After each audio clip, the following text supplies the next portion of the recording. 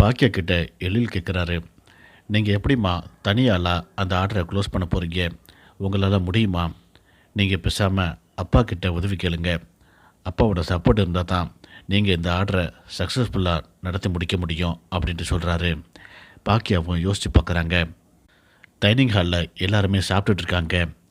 பாக்கியா கோபிக்கிட்ட, நீங்கள் சொன்ன மாதிரி க்ளவுட் கிச்சன்லேருந்து உங்கள் ஆட்களை எனக்கு கொஞ்சம் ஹெல்ப்புக்கு அனுப்ப முடியுமா அப்படின்ட்டு தயங்கியபடியே கேட்குறாங்க. ஈஸ்வரி பாக்கியா கிட்ட சொல்கிறாங்க.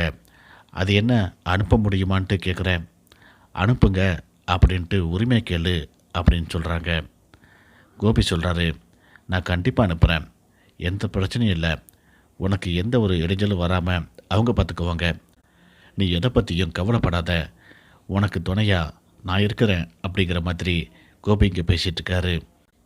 இதை எல்லாத்தையுமே டைனிங் ஹாலுக்கு வெளியில் நின்று ராதிகா கேட்டுட்ருக்காங்க. பாக்கியா கோபியை பார்த்து ரொம்ப தேங்க்ஸ் அப்படின்னு சொல்கிறாங்க. ஈஸ்வரி இங்கே சொல்கிறாங்க, என்ன பாக்கியா நீ இதுக்கெல்லாம் போய் தேங்க்ஸ் சொல்லிட்டுருக்கிற, அவன் உனக்கு சந்தோஷமாக எல்லா உதவியும் செய்வான் அப்படின்ட்டு ஈஸ்வரி இங்கே சொல்லிகிட்ருக்காங்க.